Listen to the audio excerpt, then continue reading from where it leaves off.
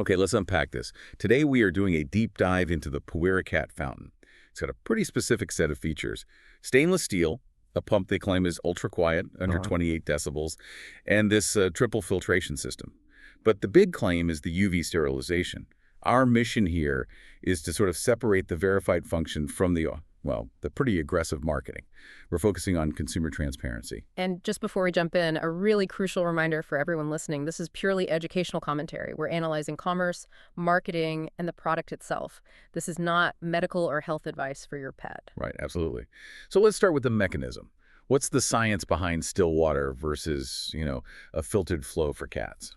The foundational science is it's absolutely solid. Biofilm is a real thing. It genuinely forms very quickly in still water. And cats can detect that. Oh, yeah. They have specialized chemoreceptors. We don't. And they can detect that change almost immediately. It makes the water taste bad to them. So the solution, which is flowing, filtered water, that's proven to encourage them to drink more.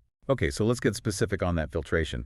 It says activated carbon and a cotton layer, which sounds pretty standard for getting rid of odors and, little particles. Yeah. But there's a third thing here, the ion exchange resin. Right, and that ion exchange resin is actually pretty important.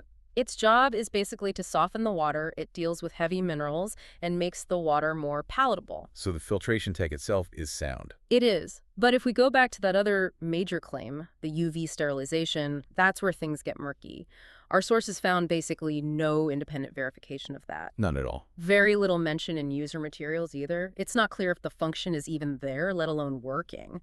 And that's a critical transparency failure. Wow.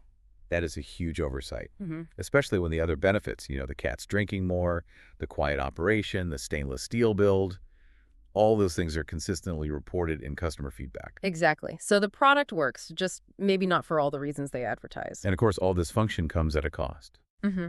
And we have to talk about the ongoing costs. The primary one is the filters.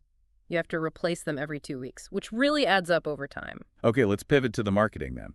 That headline claim that 70% of cats could be chronically dehydrated. A classic. The source material we have points out there's no real attribution for that figure. It just screams manufactured urgency. It really does. And if you look deeper, the whole strategy relies on high-pressure conversion. You mean the countdown timers? The countdown timers, the huge discount, $113 marked down from $225, that just seems to be permanent. It's like that digital version of a going out of business sale that's been running for 2 years. Precisely.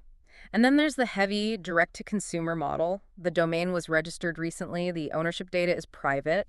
And they rely on their own internal review system. Which is always less reliable than an independent platform. Yeah. Always. So if you can get similar stainless steel fountains with similar filtration for, $40 to $60 elsewhere, are consumers really getting added value here? Or is that price difference just an urgency tax? That's a great way to put it. You are absolutely paying a premium. But that premium isn't for a better physical product. It's for the overhead needed to run those aggressive high-conversion marketing campaigns. So what does this all mean? What's the final synthesis here? Well, I think it's pretty clear. The Pawira Fountain is a functional product. It does its main job. It encourages cats to drink more water through good design and effective filtration. It's a good product that's packaged and priced inside a really aggressive marketing machine that inflates its perceived value. Exactly. The tech is sound, but the price reflects the cost of the marketing, not just the quality of the item itself.